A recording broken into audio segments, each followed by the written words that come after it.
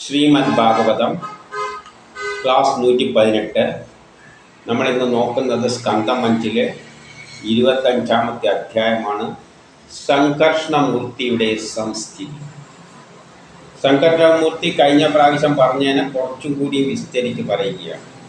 അത് ആറ്റത്തിൻ്റെ അകത്തെ സ്ഥിതിയാണ്. ആറ്റത്തിൻ്റെ ന്യൂക്ലിയസിൻ്റെ അകത്തെ സ്ഥിതിയാണ്. ന്യൂക്ലിയസിൻ്റെ അകത്ത് ഈ പ്രപഞ്ചം ഒരു സാഗരമായിട്ട് ചിത്രീകരിച്ചിട്ട്, ആ സാഗരം എന്ന് പറഞ്ഞാൽ ഒരു തരംഗ രൂപത്തിലുള്ള ഒരു പ്രത്യേക ശക്തി വിശേഷം ഊർജ രൂപത്തിൽ പ്രവഹിക്കുകയാണ്. നമ്മുടെ തരംഗമല്ല, നമ്മുടെ ഇന്ന് സയൻസിൽ പഠിക്കുന്ന തരംഗ രൂപത്തിലല്ല, ഒരു ശക്തി വിശേഷം. ആ ശക്തി എന്ന് പറയുന്നത് നമ്മുടെ കാമം, പ്രേമം, ഇങ്ങനെയുള്ള ദേഷ്യം, കോപം, ഇങ്ങനെയുള്ള ചില വികാരങ്ങളുണ്ട്. അങ്ങനത്തെ ഈ ലോകത്തിൽ നടക്കുന്ന സംഭവങ്ങളെല്ലാം ഇതുമായിട്ട് ബന്ധപ്പെട്ടിട്ടാണ്. പ്രപഞ്ചത്തിൻ്റെ മാറ്റം, ഇപ്പം ദേഷ്യം ഉണ്ടാകുമ്പോൾ രാജ്യങ്ങൾ തമ്മിൽ യുദ്ധമുണ്ടാകും. അപ്പോൾ ആ സ്നേഹത്തിലൂടെയെല്ലാം പ്രപഞ്ചം പോകുന്നത്. പക്ഷേ ആ ഒരു ശക്തി വിശേഷത്തെ ആധുനിക സയൻസ് കണക്കിലെടുത്തിട്ടില്ല. പക്ഷേ അങ്ങനെ ചില പ്രേരക ശക്തികളുണ്ട്. അതിന് രൂപവും ഭാവമൊന്നും അങ്ങനെ പറയാൻ പറ്റില്ല. പക്ഷേ തരംഗ രൂപമായിട്ട് സാഗരം മുഴുവൻ പരന്ന് കിടക്കുന്ന അതിൽ നിന്നാണ് ആറ്റങ്ങളെ ന്യൂക്ലിയസ് ഉണ്ടായിരിക്കുന്നത്. അപ്പം പ്രപഞ്ചം മുഴുവൻ ഇപ്പം നമ്മൾ കാണുന്നിടത്തെല്ലാം ആറ്റമുണ്ട്. ആറ്റങ്ങളെ കൊണ്ടാണ് ഈ ലോകം മുഴുവൻ ഉണ്ടാക്കിയിരിക്കുന്നത്. ഇപ്പം ലോകം മുഴുവൻ ആ ന്യൂക്ലിയസിൻ്റെ അകത്തുനിന്നുള്ള ഒരു സാഗരം പോലെ വ്യാപിച്ചു കിടക്കുകയാണ് ആ ശക്തി വിശേഷം. ഇത് ആറ്റത്തിലൂടെ അങ്ങനെ പോവുകയാണ്. അപ്പം ആറ്റത്തിൻ്റെ അകത്തുള്ള ആ ശക്തി, ന്യൂക്ലിയസിൻ്റെ അകത്തുള്ള ആ ശക്തി വിശേഷത്തെയാണ് സംകർഷണമൂർത്തി എന്ന് പറയുന്നത്. അത് ന്യൂക്ലിയസിൻ്റെ അകത്തുള്ളൊരു ശക്തി വിശേഷമാണ്. പക്ഷേ അതിൻ്റെ വ്യാപ്തി എന്ന് പറഞ്ഞാൽ എല്ലാ ആറ്റങ്ങളുടെയും ന്യൂക്ലിയസുകളിലൂടെ അത് കടന്നു പോവുകയാണ്. പ്രപഞ്ചം മുഴുവൻ കടന്നു പോവുകയാണ്. അത് നേരത്തെ പറഞ്ഞതാണ്. അപ്പോൾ അതിനെ തന്നെ കുറച്ചും കൂടി വിസ്തരിച്ച് പറയുകയാണ്.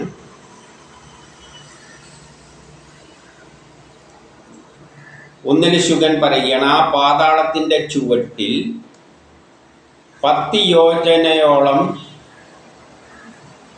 ദൂരത്തായി സർവേശ്വരൻ്റെ വിശിഷ്ട കലയായ തമോ ഗുണപ്രധാനിയായി. എന്തുകൊണ്ടാണ് തമോ ഗുണം?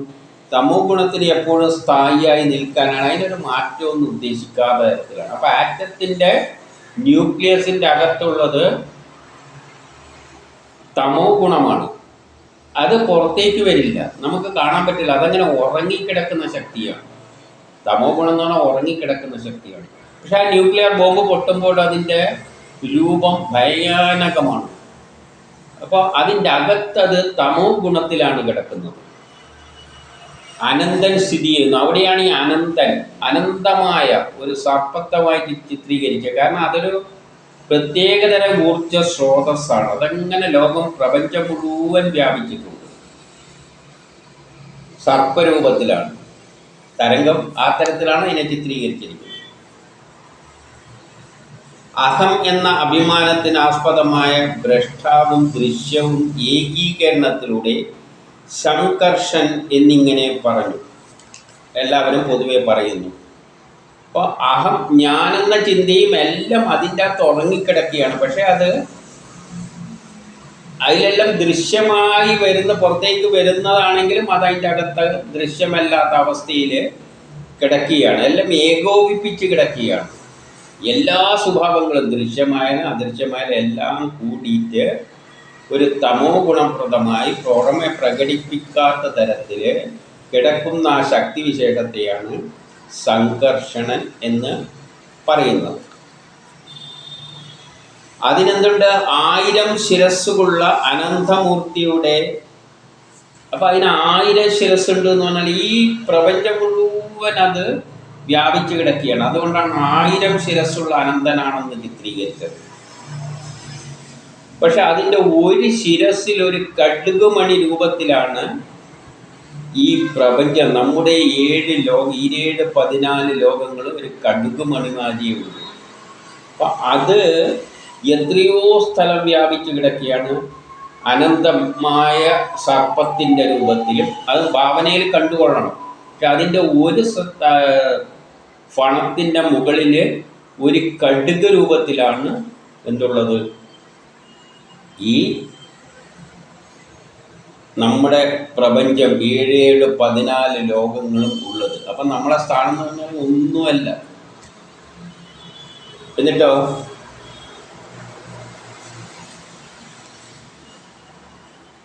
കാലത്താൽ 3 പറയാണ്, കാലത്താൽ ഈ വിശ്വത്തെയാകെ സംഹരിക്കുവാൻ തുടങ്ങുമ്പോൾ, ഇപ്പം കാലമെത്തുമ്പോൾ ഈ പ്രപഞ്ചം സംഹരിക്കും. പ്രളയ സമയത്ത് എല്ലാത്തിനെയും സംഹരിക്കുമ്പോൾ ഇതിൻ്റെ അകത്തുള്ള ഈ ന്യൂക്ലിയസിൽ നിന്നും ഊർജം പുറത്തേക്ക് ചാടും. ഉറങ്ങിക്കിടക്കുന്ന ഊർജം, അതിനെയാണ് ചിലപ്പോൾ നമ്മൾ ന്യൂക്ലിയർ ബോംബായിട്ട് ഉണർത്തുമ്പോൾ അത് ആ വീണ സ്ഥലം മുഴുവൻ നശിപ്പിക്കും.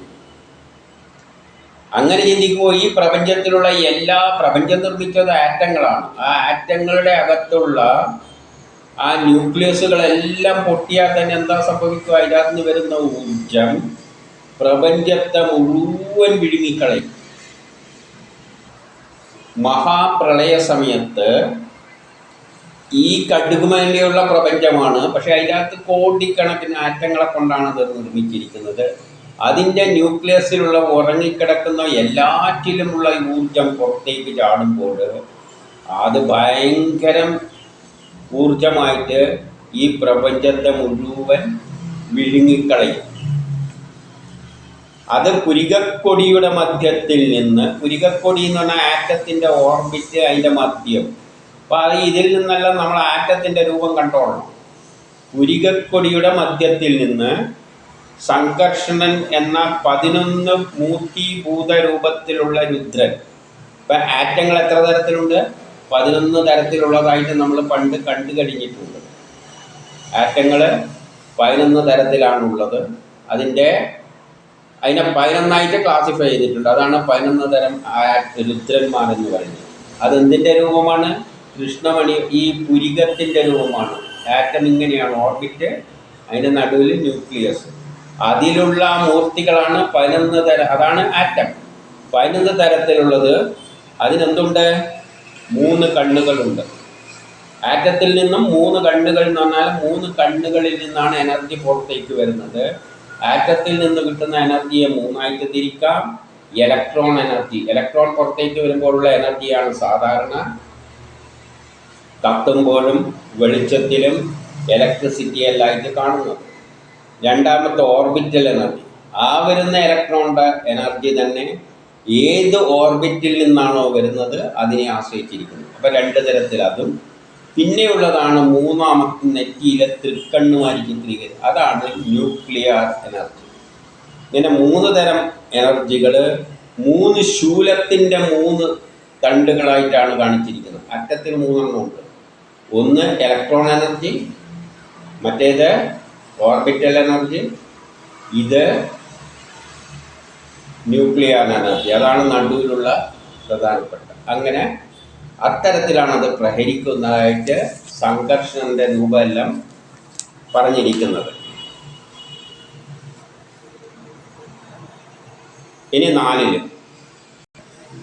ഇതിൻ്റെ 4 പറയുകയാണ്, ആ ഒരു ഭവൻ്റെ അവിടെ ശയിക്കുന്ന ആ ഭഗവാന്റെ പാദങ്ങളിലെ നഖങ്ങളാകുന്ന നഖങ്ങളെ രത്നങ്ങളായിട്ടാണ് ചിത്രീകരിച്ചിരിക്കുന്നത്. ആ രത്നങ്ങളിൽ ഈ നാഗരാജാക്കന്മാരെല്ലാം ഇപ്പം ന്യൂക്ലിയസിലാണ് ശക്തിവിശേഷം അങ്ങനെ കിടക്കുന്നത്. അതിൻ്റെ നഖത്തിൻ്റെ അടുത്ത് ഈ മറ്റുള്ള നാഗരാജാക്കന്മാരെല്ലാം പലതരം ഊർജങ്ങൾ അതിൻ്റെ അകത്തുണ്ട്. ഒരു ന്യൂക്ലിയസ് പൊട്ടിയിട്ട്, ആറ്റം പൊട്ടിയിട്ട് പുറത്തേക്ക് വരും പലതരം വികിരണങ്ങളാണ് പുറത്തേക്ക് വരുന്നത്. അതുകൊണ്ടാണ് പലതരം നാഗരാജാക്കന്മാരെല്ലാം ആയിട്ട് അവരെല്ലാം ആ മുഖത്തെ തന്നെ നോക്കിക്കൊണ്ട് അതിനെ തന്നെ ശ്രദ്ധിച്ചുകൊണ്ട് നോക്കിയിരിക്കുകയാണ് പോൽ എന്ന് പറയുകയാണ്. അപ്പം മറ്റുള്ള നാഗരാജാക്കന്മാരല്ല, അതിനെ തന്നെ നോക്കി അങ്ങനെ ഇരിക്കുകയാണ് ശാന്തമായിട്ട്, തമോ ഗുണത്തിൽ ഒന്നും പുറത്തേക്ക് വരാതെ. നാഗങ്ങൾ അനേകം നാഗങ്ങളുണ്ട്, നാഗരാജാക്കന്മാരുണ്ട്. അതിനെ തന്നെ നോക്കിയിരിക്കുക എന്ന് പറഞ്ഞാൽ പൊട്ടുന്ന സമയത്ത് ഇതെല്ലാം കൂടിയിട്ട് വെളിയിൽ ചാടിയിട്ടാണ് പ്രപഞ്ചത്തെ മുഴുവൻ വിഴുങ്ങി കളയുന്നത്. അത്രയും വലിയ പലതരം ഊർജങ്ങൾ. ഇപ്പം നാഗരാജാക്കന്മാരുണ്ടെങ്കിൽ നാഗരാജ്ഞിമാരും ഉണ്ടാവും. എന്തുകൊണ്ടാണ് നാഗരാജാക്കന്മാരും രാജ്ഞിമാരും എന്ന് പറഞ്ഞത്? ചിലത് പ്രോട്ടോൺ എന്ന് പറയുന്ന പോസിറ്റീവായി എടുക്കാം, ഇലക്ട്രോൺ എന്ന് പറയുന്നത് നെഗറ്റീവായിട്ട് എടുക്കാം, രണ്ടും കൂടി അതിനെ ന്യൂട്രോൺ ആയിട്ട് എടുക്കാം.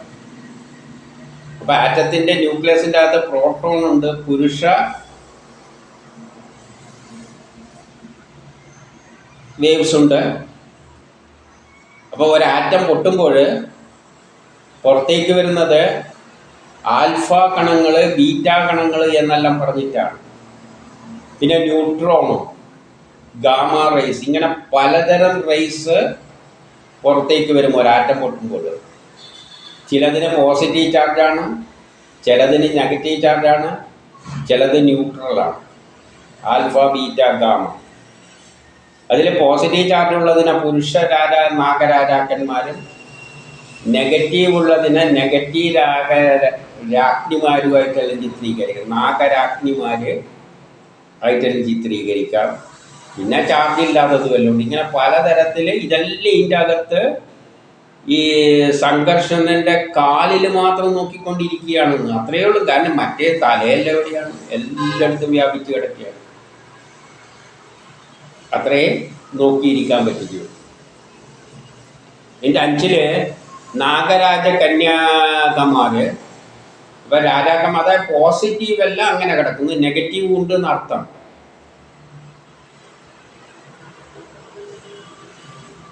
സംഘർഷമൂർത്തിയുടെ ആശീർവാദങ്ങളെ കാംക്ഷിച്ചുകൊണ്ട് അവരും. അപ്പോൾ ഇതിൻ്റെ അകത്തുണ്ട് പോസിറ്റീവ് കണങ്ങളുണ്ട്, നെഗറ്റീവ് കണങ്ങളുണ്ട്. രണ്ടും അതിൻ്റെ അകത്ത് ഈ നാഗരാജാവിൻ്റെ സംഘർഷണ മൂർത്തിയുടെ ആശീർവാദവും പ്രതീക്ഷിച്ചുകൊണ്ട് അഴകാർന്ന അംഗങ്ങളിൽ കുങ്കുമം, കളപക്കൊരി മൂലായെല്ലാം പോഷിക്കൊണ്ട്, അതായത് സുന്ദരിമായ രാജ്ഞിമാരും അതിനകത്തുണ്ട്. അതായത് ആൽഫ റൈസും ഉണ്ട്, ഗാമ റൈസും ഉണ്ട്. പോസിറ്റീവ് ഉണ്ട്. പോസിറ്റീവിനെ പറ്റി പറഞ്ഞു കഴിഞ്ഞാൽ നെഗറ്റീവ് കണങ്ങളും എല്ലാം ഉണ്ട്. ഇവ നെഗറ്റീവ് കണങ്ങളെയാണ് ഇവിടെ പറയുന്നത്. എന്നിട്ടോ ആ ഭുജങ്ങളുടെ സ്പർശനത്താൽ അതിൻ്റെ ഭുജങ്ങളുടെ എന്ന് പറഞ്ഞാൽ ഈ സംഘർഷണമൂർത്തിയുടെ ഭുജങ്ങളെ സ്പർശിച്ചാണ്. അതെല്ലാം ചേർന്നുകൊണ്ടങ്ങ് നിൽക്കുകയാണ്.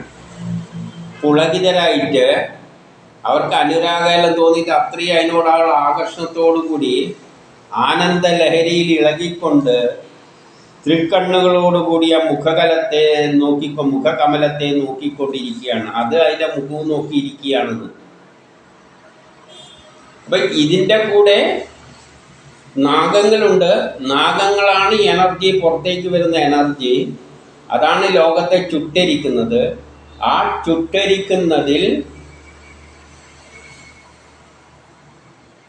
പോസിറ്റീവ് കണങ്ങളുണ്ട്, അത് പുരുഷ നാഗന്മാർ.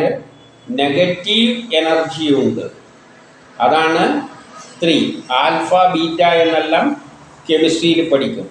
അതിന് ഒന്നിന് പോസിറ്റീവ് ചാർജാണ്, മറ്റേതിന് നെഗറ്റീവ് ചാർജാണ്. പിന്നെ ഗാമ റേസ് ഉണ്ട്, എക്സ് റേസ് മാതിരിയുള്ള എല്ലാം ഉണ്ട്. ഇതെല്ലാം പുറത്തേക്ക് വരുന്നുണ്ട്. അപ്പോൾ അനേക തരം എന്ന് പറഞ്ഞിട്ടുണ്ട്. അതിൽ ചിലതിന് ചാർജും എല്ലാം ഉണ്ട്. ഇതെല്ലാം ഈ അനന്തമൂർത്തിയെ തന്നെ നോക്കിക്കൊണ്ട് അതിൻ്റെ അടങ്ങി ഒതുങ്ങി തമോ ഗുണത്തിൽ അങ്ങ് ഇരിക്കുകയാണ്. ഇനി ആറിൽ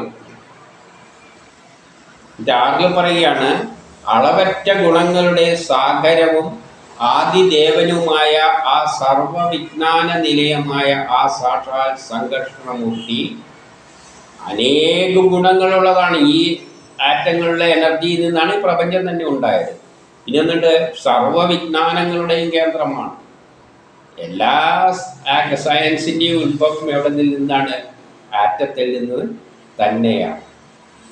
ആ സാക്ഷാൽ അനന്ത സംഘർഷണമൂർത്തി അമർഷത്തിൻ്റെയും രോഷത്തിൻ്റെയും ശക്തി അടക്കി വെച്ചുകൊണ്ട്, കാരണം ഇതിന് ഭയങ്കര ശക്തിയുണ്ട്.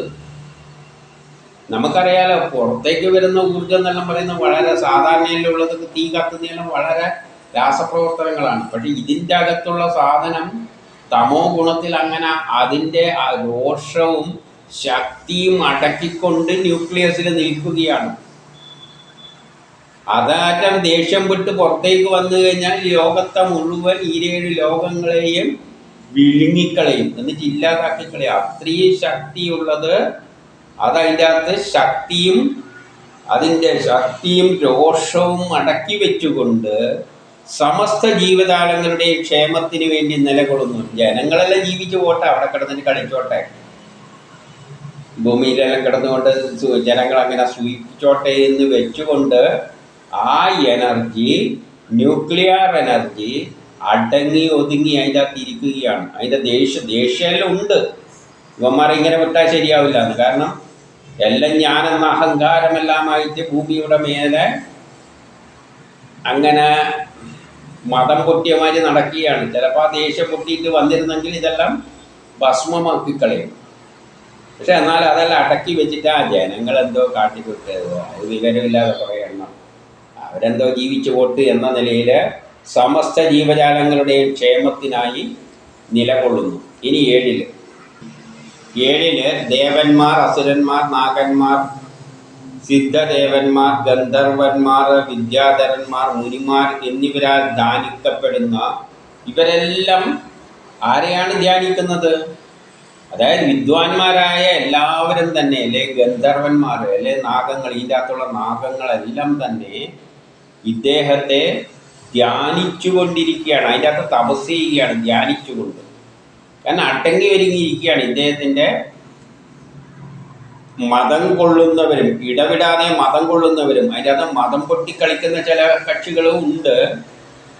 വികൃതമായ ചഞ്ചലിക്കുന്ന നേത്രങ്ങളോടുകൂടിയവരും ചിലവരെല്ലാം അതിൻ്റെ അകത്തുനിന്ന് കുറച്ച് ഞെരിവരി കൊള്ളുന്നവരെല്ലാം അതിൻ്റെ അകത്തുണ്ട്.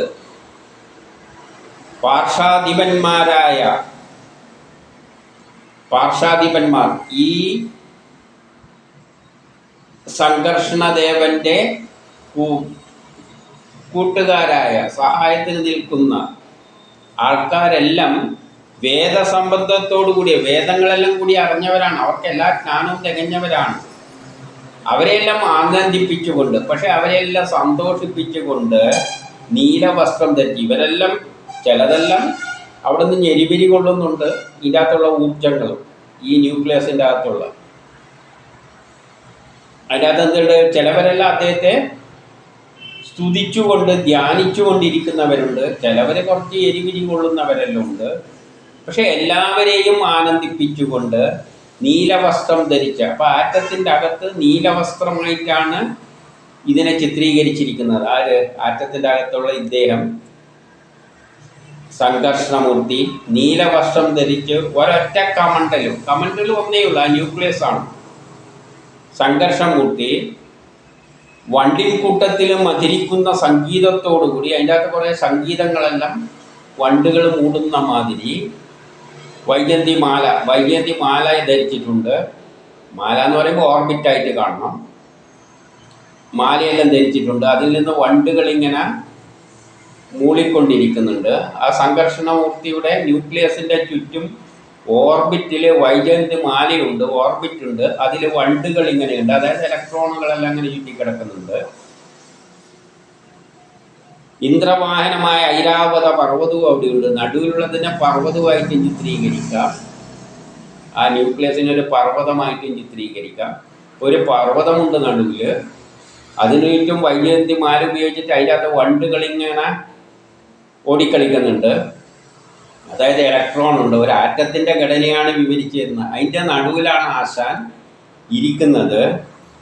ലീലകളോടെ വർത്തിക്കുന്നു. എല്ലാ ലീലകൾക്കും ഇതിൻ്റെ ഫലമായി പുറത്തുണ്ടാകുന്ന പ്രകൃതിയിലുണ്ടാകുന്ന എല്ലാ സൃഷ്ടിയുടെ ലീലകൾക്ക് പിന്നിലും ഈ ആറ്റങ്ങളാണ്, അല്ലെ അതിൻ്റെ കേന്ദ്രത്തിലുള്ള ന്യൂക്ലിയസ് ആണ് പങ്കെടുക്കുന്നത് എന്ന് സാരം. അപ്പോൾ ലീലകളോടെ വർത്തിക്കുന്നു. ഇനി 8 ഈ സംഘർഷൻ മോക്ഷം ആഗ്രഹിക്കുന്നവരുടെ ഹൃദയത്തിൽ പ്രവേശിച്ച് അനേക കാലമായി നിലനിൽക്കുന്ന കർമ്മവാസനകളാൽ ത്രിഗുണാത്മകമായിരിക്കുന്ന ഹൃദയഗ്രന്ഥിയെ നശിപ്പിക്കുന്നു. ഇത് നാരദൻ തമ്പുരു മീട്ടിക്കൊണ്ട് ബ്രഹ്മസഭയിൽ അവതരിപ്പിച്ചതാണ്. ഇതേ ആറ്റങ്ങൾ തന്നെയാണ് ആർക്കെങ്കിലും മോക്ഷം ആഗ്രഹിക്കുമ്പോൾ, നമ്മുടെ ഹൃദയത്തിൽ മോക്ഷം ആഗ്രഹിക്കുമ്പോൾ ഈ ആറ്റങ്ങൾ എന്ത് ചെയ്യും? നമ്മുടെ ഹൃദയത്തിലെ ഗ്രന്ഥികളെ മുഴുവൻ നിഷ്ഫലമാക്കി കളയും, വരട്ടിക്കളയും. നമ്മളെ ഹൃദയഗ്രന്ഥിയിലുള്ള ചില രാസവസ്തുക്കളാണ് നമ്മൾ ബ്രഹ്മസാക്ഷാത്കാരം നടക്കുമ്പോൾ അവിടെ ആ ഹൃദയത്തിലെ ഗ്രന്ഥികളെ മുഴുവൻ എന്ത് ചെയ്യുന്നു? നശിപ്പിക്കുന്നു. പിന്നെ നമ്മൾക്ക് കാണാനും പറ്റില്ല, കേൾക്കാനും പറ്റില്ല. ഈ ലോകത്തിലുള്ള ഒരു ഭൗതിക സുഖവുമായിട്ട് ബന്ധമില്ലാതെ വരും, വിരക്തി വരുന്ന അവസരത്തിൽ. അപ്പോൾ അത് പല ലീലകൾ കാണിക്കുന്നുണ്ട് എന്ന് പറഞ്ഞാൽ മനുഷ്യർ മായയിലകപ്പെട്ടത് എന്തെല്ലോ ലീലകൾ കാണിക്കുന്നുണ്ട്. ഇതേ ആറ്റങ്ങൾ തന്നെയാണ് ഒരാൾക്ക് മോക്ഷം ലഭിക്കുമ്പോൾ അവൻ്റെ ഹൃദയത്തിലെ നാഡികളാണ് ആക്റ്റീവായിട്ട് നമ്മളെ ശരീരത്തിലെ എല്ലാ കർമ്മത്തിനും കാരണമായി തീരുന്നത്. നമ്മളെ ബ്രഹ്മസാക്ഷാത്കാരം എടുക്കുമ്പോൾ അല്ലെങ്കിൽ സന്യാസം സ്വീകരിച്ചിട്ട് ബ്രഹ്മത്തിൽ പോയി ലയിക്കുന്ന അവസരത്തിൽ ആ ഹൃദയത്തിലുള്ള നാഡികളുടെ പ്രവർത്തനങ്ങളെ, ഹൃദയഗ്രന്ഥികളെ, അവിടെയുള്ള ചില രാസപ്രവർത്തനത്തിലൂടെ ആറ്റങ്ങൾ എന്ത് ചെയ്യും? അവിടുത്തെ ആ നാഡികളെ നിർവീര്യമാക്കി കളയും. അപ്പോൾ നമ്മളെ കാഴ്ച ശക്തി നശിക്കും, കേൾക്കാനുള്ള ശക്തി നശിക്കും, സ്പർശിക്കാനുള്ള എല്ലാ പഞ്ചേന്ദ്രിയങ്ങളുടെ പ്രവർത്തനവും നിലച്ച് നമ്മളെ ബോഡി എന്തായിപ്പോൾ നിശ്ചലമായ ഒരവസ്ഥയിലേക്ക് എത്തും. അപ്പോഴാണ് ബ്രഹ്മസാക്ഷാത്കാരം നടക്കുന്നത്. അപ്പോൾ ഈ ലോകത്തിൻ്റെ എല്ലാ മായയിലൂടെ നമ്മളെ കളിപ്പിക്കുന്നതും ഈ ആറ്റങ്ങളാണ്. നമ്മളെ മായയിൽ നിന്ന് മുക്തമാക്കി മോക്ഷം നൽകുന്നതും അതിൻ്റെ പിന്നിലും ഈ ആറ്റങ്ങളാണുള്ളത്. ഈ ലോകത്തെ തന്നെ ഇല്ലാതാക്കുന്നതിൻ്റെ പിന്നിലും ഈ ആറ്റങ്ങളാണ് ഉള്ളത്. അതുകൊണ്ട് 9 പറയുകയാണ്, അതുകൊണ്ട് നേരത്തെ പറഞ്ഞല്ലോ നമുക്ക് മോക്ഷം നൽകുന്നതും നമ്മളെ ഹൃദയത്തിലെ ഗ്രന്ഥികളെയെല്ലാം നശിപ്പിക്കുകയാണ്. പിന്നെ ഗ്രന്ഥികളൊന്നും ഫങ്ഷൻ ചെയ്യില്ല. അതേസമയം ഈ ലോകം ഉണ്ടാക്കുന്ന ഈ ലോകത്തിൻ്റെ സൃഷ്ടിസ്ഥിതി സംഹാരത്തിന് കാരണമായ സാത്വിക ഗുണങ്ങൾക്ക് പിന്നിലും അതിൻ്റെ കാര്യം യാതൊന്നിൻ്റെ വീക്ഷണത്താൽ കാര്യമായി ഭവിച്ചുവോ, ഈ സത്വ രജോ തമോ ഗുണങ്ങൾ നമ്മൾ ഉണ്ടാക്കുന്നതിന് പിന്നിലും ഈ പ്രപഞ്ച സൃഷ്ടിയുടെ സമയത്ത് സത്വരജോ തമോ ഗുണങ്ങൾ ഉണ്ടാക്കുന്നതിൻ്റെ പിന്നിലും നമ്മളിൽ ഹൃദയഗ്രന്ഥിയിൽ സത്വരജോ തമോ ഗുണങ്ങളുടെ അടിസ്ഥാനത്തിലെ കർമ്മത്തിന് പ്രേരിപ്പിക്കുന്നതിൻ്റെ പിന്നിലെല്ലാം ഈ ആറ്റങ്ങളാണ്. കാര്യമായി അതിൻ്റെ സ്വരൂപം അനന്തവും അനാദിയും നാനാത്വത്തിൽ ഏകത്വത്തിൽ ലയിപ്പിക്കുന്നതുമായ ആ ബ്രഹ്മസ്വരൂപിയായ സാക്ഷാൽ സംഘർഷണമൂർത്തിയാണ്. അദ്ദേഹത്തിൻ്റെ പരമാർത്ഥ തത്വമാണ്. ആ തത്വത്തെ ആർക്കാണ് പൂർണ്ണമായി അറിയാൻ പറ്റുക എന്ന് ചോദിക്കുകയാണ്. ഇതിൻ്റെ എല്ലാം പിന്നിലുള്ളത് അനന്തവും. അപ്പോൾ ആറ്റത്തിൻ്റെ അകത്ത് അത് 1000 ഫണങ്ങളുള്ള ഒരു സർപ്പമാരി അങ്ങ് വ്യാപിച്ച് കിടക്കുകയാണ്. അതിൻ്റെ അകത്തുള്ള ഒരു തലയിലുള്ളത് മാത്രമാണ് ഈ പ്രപഞ്ചം. അപ്പം അനന്തമാണ്, അനാദിയാണ്, അതിന് അറ്റമൊന്നുമില്ല. അത് എല്ലാ കാലത്തുമുള്ള ആ ബ്രഹ്മമാണ്. നാനാത്വത്തിൽ എല്ലാറ്റിനെയും ഒന്നാക്കി മാറ്റുന്ന ആ ശക്തി വിശേഷം അത് തന്നെയാണ് ബ്രഹ്മം. ആ ബ്രഹ്മത്തിൻ്റെ രൂപം തന്നെയാണ് സംഘർഷണമൂർത്തിയായിട്ട് ഈ ആറ്റത്തിൻ്റെ ഈ പ്രപഞ്ചത്തിലുള്ള എല്ലാ ആറ്റത്തിൻ്റെയും ന്യൂക്ലിയസിൻ്റെയും അകത്ത് ഇങ്ങനെ അനന്ത സർപ്പമായിട്ട് വ്യാപിച്ച് കിടക്കുന്നത്. ആ പരമാർത്ഥ തത്വത്തെ ആർക്കാണ് അറിയാൻ പറ്റുമെന്ന് പൂർണ്ണമായിട്ട് മനസ്സിലാക്കുവാൻ കുറച്ച് പ്രയാസം തന്നെയാണ്. ഇനി 10-11. ഇനി 10-11 പറയുകയാണ്, കാര്യകാരണാത്മകമായ ഈ പ്രപഞ്ചം എന്തോ ഒരു കാര്യം കൊണ്ട് അല്ലെ കാരണം കൊണ്ടാണ് ഈ പ്രപഞ്ചം ഉണ്ടായിരിക്കുന്നത്. അതായത് ആ സംഘർഷണമൂർത്തിക്ക് തോന്നിയ ഒരു പ്രപഞ്ചം ഉണ്ടാക്കണം, അല്ലെ ആ ശ്രീഹരിക്ക് ഒരു പ്രപഞ്ചം ഉണ്ടാക്കണമെന്നുള്ള അതാണ് കാരണം. കാരണാത്മകമായ പ്രപഞ്ചം യാതൊരാളിൽ പ്രകാശിക്കുന്നു, ആ ശ്രീഹരിയിൽ നിന്നാണ് അത് പ്രകാശിച്ചിട്ട് ഈ പ്രപഞ്ചമായി മാറിയത്. അപ്പം തുടക്കം അതിൽ നിന്നാണ്. അദ്ദേഹം സത്വാത്മകമായ തിരുവുടലിനെ ധരിച്ചു. സത്വരജോ തണമോ ഗുണങ്ങളായ ഈ തിരുവുടലിനെ ധരിച്ചു. ഏത് രൂപത്തിൽ? സംഘർഷണമൂർത്തി എന്ന രൂപത്തിൽ ഒരു വലിയ 1000 തലയുള്ള ഊർജമായിട്ട് ലോകം മുഴുവൻ വ്യാപിച്ചു. അതിൻ്റെ ആറ്റത്തിൽ നിന്നാണിത് ഉത്ഭവിച്ചത്. സ്വഭക്തന്മാരുടെ മനസ്സിനെ വശീകരിക്കുവാൻ ആവിഷ്കരിച്ച ഭഗവാന്റെ ലീലകൾ, അദ്ദേഹത്തിൻ്റെ ലീലകളിലൂടെയാണ്, അതാണ് മായ. ആ മായയിലൂടെയാണ് എല്ലാ ജനങ്ങളുടെയും മനസ്സിനെ ആകർഷിക്കുന്നത്. നമ്മളെ മനസ്സിൻ്റെ കടിഞ്ഞാണ് അദ്ദേഹത്തിൻ്റെ കയ്യിലാണ്. ആ മനസ്സിൽ വിചാരങ്ങൾ ഉണ്ടാക്കിയിട്ടാണ് നമ്മളെ കൊണ്ട് കർമ്മങ്ങൾക്ക് പ്രേരിപ്പിക്കുന്നത്. ആ വിചാരങ്ങൾ ഉണ്ടാകുന്നത് തന്നെ മനസ്സ് എന്ന ശരീരത്തിലെ ചില ഭാഗങ്ങളിൽ ചില രാസപ്രവർത്തനങ്ങൾ നടക്കുമ്പോഴാണ്. ആ രാസപ്രവർത്തനത്തിനെല്ലാം പിന്നിൽ ആറ്റങ്ങളാണ്. ശാസ്ത്രവിധി പ്രകാരമോ അല്ലാതെയോ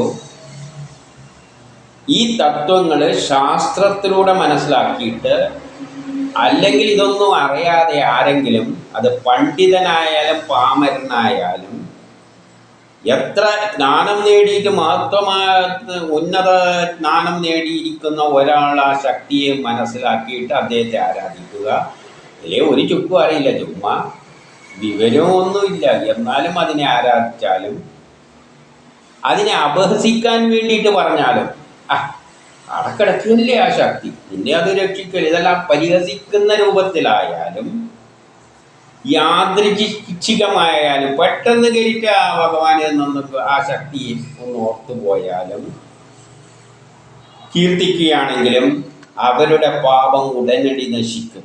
ആ ശക്തി വിശേഷത്തിൽ ഇങ്ങനെ ബുദ്ധിയോടെ മനസ്സിലാക്കിയിട്ടായാലും വേണ്ടിയില്ല, ബുദ്ധിയില്ലാതെ മണ്ടന്മാർ ഒന്നതിനെപ്പറ്റി ഓർത്താലും, അല്ലെ പരിഹസിക്കാൻ വേണ്ടിയിട്ട് അതിനെ ഓർത്താലും ചെയ്യുന്നവരുടെ പാപം അപ്പം നശിക്കും എന്ന് പറയുകയാണെന്ന് പറഞ്ഞാൽ, ഇങ്ങനെ ഒരു ശക്തി ഉണ്ട് എന്നുള്ള ഒരു ചിന്ത ഉണ്ടെങ്കിലല്ലേ പരിഹസിക്കാൻ പറ്റും. ഈശ്വരനെ പരിഹസിക്കേണ്ട, ഈശ്വരൻ എന്നൊരു ചിന്ത മനസ്സിൽ വന്നാലേ പരിഹസിക്കും. അത്രയും ഉണ്ടായാൽ മതി എന്നാണ്. അങ്ങനെ ഒന്നും ഉണ്ട് എന്നുള്ളതൊന്ന് ധരിച്ചാൽ മതി, അത് തന്നെ പാപത്തെ മുക്തമാക്കും. അങ്ങനെയുള്ളൊരു സംഘർഷണമൂർത്തിയെ വേറെ എവിടെയെങ്കിലും നിങ്ങൾക്ക് കിട്ടുമോ എന്ന് പറയുകയാണ്. നിങ്ങൾ പരിഹസിക്കാനായിട്ടെങ്കിലും നിങ്ങൾ അദ്ദേഹത്തെ പരിഹസിച്ചാൽ മതി, നിങ്ങളെ പാപയിൽ അപ്പം തന്നെ തീരും. അത്രയും ഓർത്താൽ മതി, അങ്ങനെയൊന്നും നിങ്ങൾക്ക് ഓർത്താൽ മതി.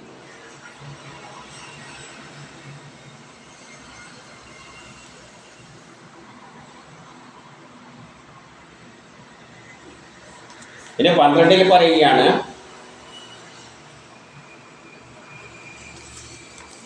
മലകൾ, പുഴകൾ, കടലുകൾ, തടാകങ്ങൾ എന്നിവയെല്ലാമായ ഭൂഖണ്ഡത്തെ, ഈ പ്രപഞ്ചത്തിൽ എന്തെല്ലാം ഉണ്ടായിട്ടുണ്ട്, മലകളുണ്ട്, പുഴകളുണ്ട്, കടലുകൾ, എന്തെല്ലാമാകണം. അതെല്ലാം ഏതിൽ നിന്നാണ്?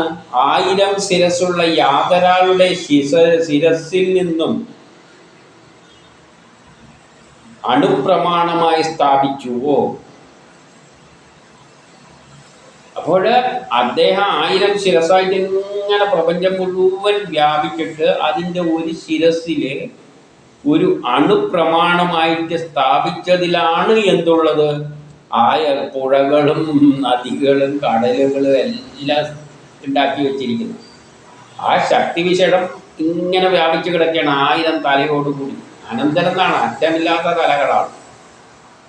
അതിൻ്റെ ഒരു തലയിൽ ഒരു കടുകുമണിയുള്ള പോലെയുള്ള പ്രപഞ്ചമുണ്ടാക്കിയിട്ട് അതിൻ്റെ അകത്താണ് ഈ മലകളും പുഴകളും കടലുകളും എല്ലാം ഉണ്ടാക്കി വെച്ചിരിക്കുന്നത്. അങ്ങനെയുള്ള ശക്തിവിശേഷം ആ സർവവ്യാപിയായ വീരവാന്റെ, അങ്ങനെ സർവ്വയിടത്തും വ്യാപിച്ചു കിടക്കുന്ന ആ വീരവാന്റെ അറ്റമില്ലാത്ത വീര്യത്തെ, അതിൻ്റെ വീര്യത്തിനൊരറ്റമൊന്നുമില്ല. കാരണം അത് ലോകം മുഴുവൻ, ഈ ഭൂമി എന്ന് പറയുന്നത് ഇത്രയും മലകളെല്ലാം കൂടി കിടക്കുന്ന ഈ 49 മരുത്തുക്കളുടെ ഈ സാധനം ഒരു കടുകുമണീൻ്റെ പോലെയേ ഉള്ളൂ. ബാക്കി സ്ഥലത്ത് ഈ ശക്തി വിശേഷം വ്യാപിച്ച് കിടക്കുകയാണ്. അതിൻ്റെ ഒരു ശിരസിൽ കിടക്കുന്ന ഒരു കടുകുമണിയാണിത്. അപ്പം അതിൻ്റെ വീര്യത്തെ, അറ്റമില്ലാത്ത വീര്യത്തെ 1000 നാവുണ്ടായാലും വർണ്ണിക്കാൻ പറ്റുമോ എന്നാണ് ചോദിക്കുന്നത്. നമുക്കൊരു 1000 നാവുണ്ടെങ്കിലും അതിനെ വർണ്ണിക്കാൻ പറ്റില്ല. പറഞ്ഞതിൻ്റെ അർത്ഥം ഇത്രയാണ്. അതിനെ മനസ്സിലാക്കുക എന്ന് പറഞ്ഞാൽ ആർക്കും പറ്റില്ല, ഋഷികൾക്കും പറ്റില്ല. അതാണ് ഈശ്വരൻ. അതിലൊരു കടുകുമണിയാണ് ഈ പ്രപഞ്ചം. അതിൽ നമ്മളെന്താണ്, എന്തായിട്ട് പറയാൻ പറ്റും? ഒരു വൈറസ് എന്ന നിലയിൽ പോലും പറയാൻ പറ്റുമെന്ന് ചിന്തിക്കാൻ പറ്റില്ല. നമ്മൾ ഇന്നത്തെ വൈറസ് ഉണ്ടല്ലോ, കൊറോണ വൈറസ്. ആ കൊറോണ വൈറസിൻ്റെ അത്ര പോലും ഈ പ്രപഞ്ചത്തിലെ ആ ഈശ്വരൻ്റെ കണ്ണിൽ ഇല്ല. ആ നമ്മളാണ് ഈശ്വരനെയും വിളിച്ചുകൊണ്ട് നമ്മളെ കൈമലാണ് ഈശ്വരൻ എന്നെല്ലാം പറഞ്ഞ് നടക്കുന്നത്. നമ്മൾ പ്രാർത്ഥിച്ചാൽ അത് കേൾക്കുമോ എന്ന് ചിന്തിച്ചു നോക്കിയേ. നമ്മളതിന് ചിന്തിക്കാൻ പോലും ഇല്ല. അത്രയും നിസ്സാരമാണ് ഈ പ്രപഞ്ചം തന്നെ. അതിനൊരു കടുകുമണിയുടെ അത്രയേ ഉള്ളൂ. അതിൻ്റെ അകത്തുള്ള നമ്മൾ എന്ന് പറയുമ്പോൾ ആ കടുകുമണിയുടെ അകത്തുള്ളതിൽ കണ്ടില്ലേ, 49 മരുത്തുക്കളും 7 ലോകം അതിൻ്റെ അകത്ത് ഭൂമി ഒരു മൂലക്ക അതിൻ്റെ അകത്ത് വരുത്തിയിട്ടുള്ളതാണ് ഈ മനുഷ്യൻ. അതിനെപ്പറ്റി അത് ചിന്തിക്കാൻ പോലും പോകുന്നില്ല. നമ്മളതിനെ പ്രാർത്ഥിച്ചിട്ട് ഒരു കാര്യമില്ല, അതിന് പൂജ നടത്തിയിട്ട് ഒരു കാര്യമില്ല. അങ്ങനെ ഒരുത്തിനെ പറ്റി അതിന് ചിന്തിക്കാൻ പോലും പറ്റൂല. അത്രയും സൂക്ഷ്മമാണ് ഇത്. നമ്മൾ ചിന്തിക്കണം. പിന്നെ 13 പറയുന്നു അറ്റം കാണാത്ത വീര്യം. അതിനെന്ന് പറഞ്ഞാൽ അതിൻ്റെ വീര്യത്തെ അറ്റമൊന്നും നമുക്ക് കാണാൻ പറ്റില്ല. നമുക്കതിനെ മനസ്സിലാക്കാൻ പോലും പറ്റില്ല. അതിൻ്റെ അറ്റം എവിടെയാണ്, അതിൻ്റെ വീര്യം എത്രയാണ്. വലിയ ഗുണഭാവങ്ങളോടെ വലിയ ഗുണം, അതിൻ്റെ നിന്നാണ് ഈ ഗുണങ്ങളെല്ലാം. ചെറിയ നമ്മൾ കാണുന്ന ഗുണങ്ങളെല്ലാം അതിൻ്റെ ഒരു നിസ്സാര കാര്യമാണ്. സർവ ഐശ്വര്യത്തോടെ, അതാണ് എല്ലാ ഐശ്വര്യത്തിൻ്റെ ഉറവിടം.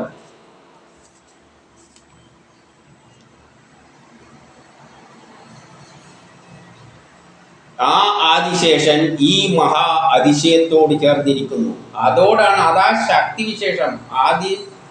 ആ പിന്നിലുള്ള ശക്തി വിശേഷത്തോടാണ് ഈ 1000 തലയുള്ള ആദിശേഷൻ എന്ന നാഗം ചേർന്നിരിക്കുന്നത്. അതായത് ഈ ഊർജം പ്രപഞ്ചം മുഴുവൻ കോടാനുകോടി അല്ലെങ്കിൽ 100 ഫണങ്ങൾ എന്ന് പറഞ്ഞിരിക്കുന്ന ആ അനന്തൻ എന്ന നാഗത്തിൻ്റെ അകത്താണ് ഈ ശക്തി വിശേഷം ഇരിക്കുന്നത്.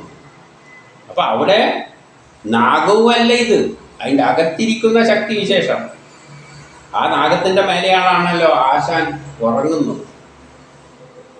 അപ്പം ഇത് അതുമായിട്ട് ചേർന്ന് നിൽക്കുകയാണ് എന്ന നിലയിൽ വേണം ആ മഹാ അതിശയത്തെ കാണാൻ. അതിന് താൻ തന്നെയാണ് ആധാരം. അതിന് വേറെ ആരും ആധാരമായിട്ടുള്ള, അതിന് ഈ അനന്തനും അതിൻ്റെ ആധാരമൊന്നുമല്ല. അത് തന്നെ ഈ അനന്തനെ വ്യാഖ്യാനിച്ചിട്ട് അതിൻ്റെ അകത്തുള്ള ശക്തി വിശേഷത്തെയാണ് യഥാർത്ഥത്തിൽ നമ്മൾ സംഘർഷണമൂർത്തിയായിട്ട് കാണേണ്ടത്.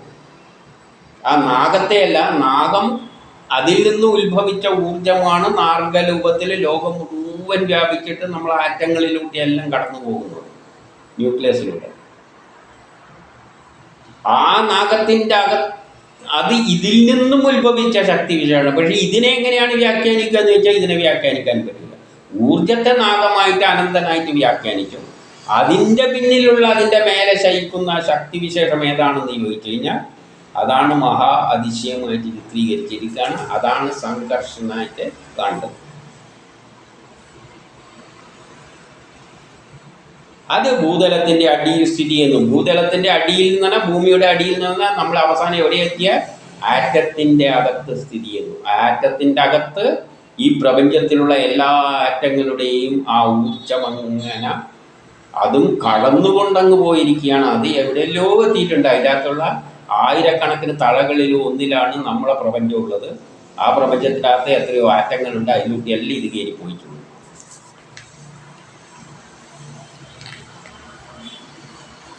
എന്നിട്ട് അതെന്ത് ചെയ്യുന്നു, ഈ ഭൂലകലത്തിൽ ഒന്നും ഒരായാസവും ഇല്ലാതെ താങ്ങി നിൽക്കുകയാണ്. കാരണം ആയിരക്കണക്കിന് തലയിലുള്ളിൽ ഒരു തലയിലുള്ള ഇതിനെ താങ്ങാൻ വേണ്ടിയിട്ട് അതിന് നിസ്സാര കാര്യം.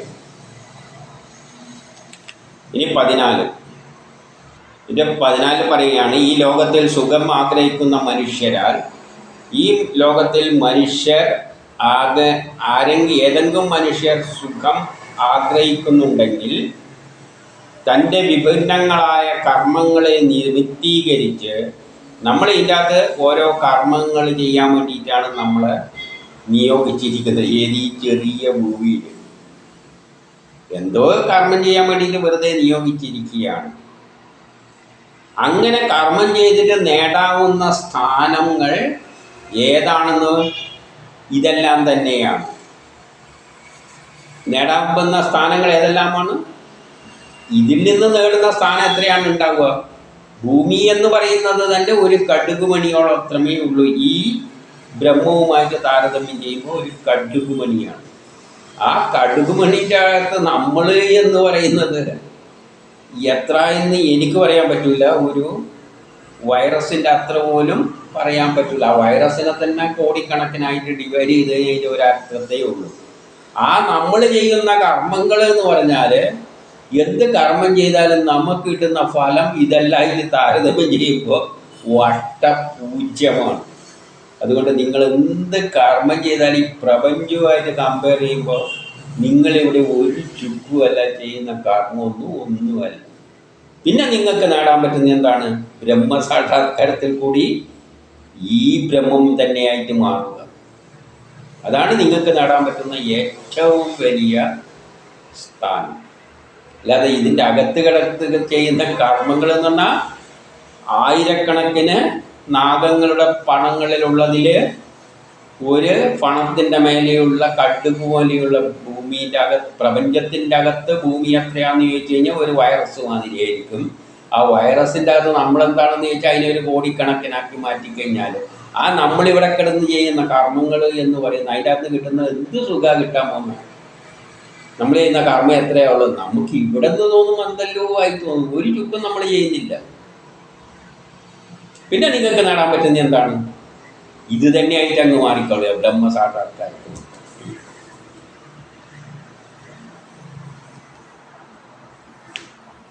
അത് ഗുരുപദേശപ്രകാരം വർദ്ധിക്കപ്പെട്ടു. എന്നിട്ട് പറയുകയാണെങ്കിൽ നമ്മൾ നിങ്ങൾക്ക് നേടാൻ പറ്റുന്നതെല്ലാം നമ്മളിതാ നല്ല വിസ്തരിച്ച് പറഞ്ഞു തന്നിട്ടുണ്ട്.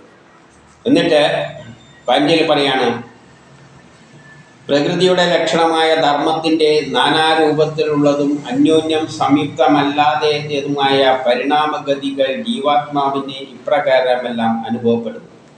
ഇതിൻ്റെ അകത്തുള്ള ഈ ജീവാത്മാവിന്, അതിനകത്തുള്ള നമ്മുടെ ജീവാത്മാവിന് നാനാരൂപത്തിൽ പരസ്പരം ഒരു ബന്ധവുമില്ലാതെ എന്തെല്ലോ പരിണാമത്തിലൂടെ സംഭവിക്കുന്ന കാര്യങ്ങൾ നമുക്ക് അനുഭവപ്പെട്ടുകൊണ്ടിരിക്കുന്നു.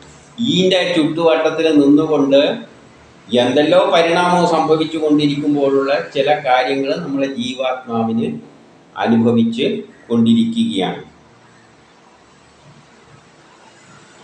അങ്ങ് ചോദിച്ചതിൻ്റെ ഉത്തരം ഞാൻ നൽകി, ഇനി എന്ത് പറയണമെന്ന് ശുഗർ ചോദിക്കുകയാണ്. അപ്പോൾ അങ്ങ് ചോദിച്ചതിൻ്റെ ഉത്തരമെല്ലാം ഞാൻ വ്യക്തമായിട്ട് തന്നിട്ടുണ്ട്. നമ്മളെ സ്ഥാനീൻ്റെ അകത്ത് എത്രയുണ്ട്, നമുക്കിതിനകത്ത് ചെയ്യുന്ന കർമ്മങ്ങൾ ഈ പ്രപഞ്ചവുമായിട്ട് കമ്പയർ ചെയ്യുമ്പോൾ ഒന്നുമല്ല.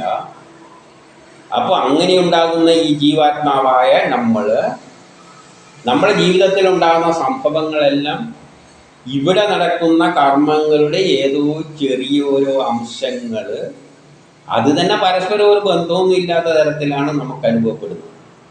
നമുക്ക് അനുഭവപ്പെടുന്നത് ഈ പ്രപഞ്ചത്തിൻ്റെ എല്ലാം ഭാഗമായ കർമ്മത്തിൻ്റെ ഒരു അംശമാണ് നമുക്ക് കിട്ടുന്നുണ്ടെങ്കിലും നമുക്കതിലൊന്നും തിരിച്ചറിയാനൊന്നും പറ്റില്ല. കാരണം നമ്മൾ ഇത് തമ്മിൽ ഒരു ബന്ധമൊന്നും ഇല്ലാതായിട്ടാണ് തോന്നുന്നത്. കാരണം നമുക്ക് യഥാർത്ഥം ഈ പ്രപഞ്ചത്തെ എന്താണെന്ന് മനസ്സിലാക്കിയിട്ടില്ല, അത് ചെയ്യുന്ന കർമ്മങ്ങൾ എന്താണെന്ന് മനസ്സിലാക്കിയിട്ടില്ല. അതിലെ ഏതോ ഒരു ചെറിയ കർമ്മങ്ങൾ നമ്മൾ ചെയ്യുന്നു. നമ്മളിപ്പോൾ ഒരു വലിയ ഉപകരണം ഉണ്ടാക്കിയാണെന്ന് വെച്ചോളൂ, റോക്കറ്റ് ഉണ്ടാക്കിയാണ്, ആ ഫാക്ടറിയിലാണ് നമ്മൾ ജോലി എന്ന് വെച്ചത്. നമുക്ക് ചിലപ്പോൾ ഏതെങ്കിലും നട്ടിൻ്റെ അറ്റം ഇങ്ങനെ ലെവലാക്കലായിരിക്കും, ഒന്ന് സ്മൂത്ത് ചെയ്തെടുക്കലായിരിക്കും നമ്മളെ ജോലി. പക്ഷേ ബാക്കിയുള്ള റോക്കറ്റിൻ്റെ എന്താണ് ഏതാണെന്നൊന്നും നമുക്കൊരു പിടിയോ ഇല്ല. എന്തെല്ലോ നമ്മൾ നിസ്സാരമായി എന്തെല്ലോ ചെയ്തു കൊടുക്കുന്നുണ്ട്, എന്നിട്ട് അതിൽ നിന്ന് എന്തെല്ലോ അനുഭവങ്ങൾ നമുക്ക് കിട്ടുന്നുണ്ട്. പക്ഷെ അതേസമയം അന്യോന്യം സാമ്യതയില്ലാത്തമായ പരിണാമഗതികൾ, ഇത് തമ്മിൽ അന്യോന്യം സാമ്യതയൊന്നുമില്ല. ഞാൻ ചെയ്യുന്ന ചിലപ്പോൾ നട്ട് ഉരച്ച് സ്മൂത്താക്കിയായിരിക്കും, വേറൊരാൾ അടുത്തിരിക്കുന്ന ആൾ സ്ക്രൂ ആയിരിക്കും, അല്ലെങ്കിൽ വേറെ എന്തെങ്കിലും റെസിസ്റ്ററോ മറ്റോ എന്തായിരിക്കും വെൽഡ് ചെയ്ത് പിടിപ്പിക്കുകയായിരിക്കാം. ഇത് തമ്മിൽ ഒരു ബന്ധവുമില്ല. പക്ഷെ ഈ പ്രപഞ്ചത്തിൻ്റെ ഈ റോക്കറ്റിൻ്റെ ടോട്ടൽ എടുക്കുമ്പോൾ ഇതിനെല്ലാം ബന്ധങ്ങളുണ്ട്. അപ്പം നമുക്കിത് അന്യോന്യ സാമ്യതയൊന്നും ഇല്ലാതെ തോന്നും, നാനാരൂപത്തിലുള്ള എന്തെല്ലോ കർമ്മങ്ങളാണ്. പക്ഷെ അതെല്ലാം ധർമ്മത്തിനനുസരിച്ചാണ് നടക്കുന്നത്. പ്രപഞ്ചത്തിനൊരു ധർമ്മമുണ്ട്, ആ ധർമ്മം ചെയ്യുന്നതിൻ്റെ ഭാഗമായിട്ടാണ് നമ്മൾ ചില കർമ്മങ്ങൾ ചെയ്യുന്നത്. പക്ഷെ നമ്മൾ ചെയ്യുന്ന കർമ്മങ്ങൾ തമ്മിലൊരു ബന്ധമില്ലാതെ നമുക്ക് തോന്നും. പക്ഷെ അതെല്ലാം പ്രപഞ്ച സൃഷ്ടിയുടെ ഭാഗമായിട്ടുള്ളതാണ് സംഭവിച്ച് കൊണ്ടിരിക്കുന്നത്. അത് നമുക്ക് നമ്മുടെ ജീവിതത്തിന് പരിണാമം, കാലത്തിൻ്റെ മാറ്റത്തിനനുസരിച്ച് നമ്മൾ എന്തെല്ലോ കർമ്മങ്ങൾ ചെയ്യുന്നു. അത് നമ്മുടെ ജീവന് നമുക്കൊരു നമ്മുടേതായ ഒരു കർമ്മമായിട്ട് തോന്നലുണ്ടാകുന്നു. പക്ഷേ മറ്റുള്ളതുമായിട്ട് അതിനുള്ള എന്താണ് ബന്ധം എന്നൊന്നും നമുക്ക് തിരിച്ചറിയാൻ പറ്റില്ല. ആ തരത്തിൽ അതാണ് നമ്മുടെ ജീവിതം എന്ന് ഇവിടെ പറഞ്ഞു കൊടുക്കുകയാണ് ആര് സുഖദേവൻ. എന്നിട്ട് ഇത്രയും പറഞ്ഞിട്ട് ഞാൻ ചോദിച്ചതിനുള്ള ഉത്തരമെല്ലാം പറഞ്ഞു തന്നിട്ടുണ്ട്. ഇനി എന്തെങ്കിലും ചോദിച്ചാൽ ഒരിക്കലും പറയാമെന്ന് പറഞ്ഞ് നിർത്തുകയാണ്.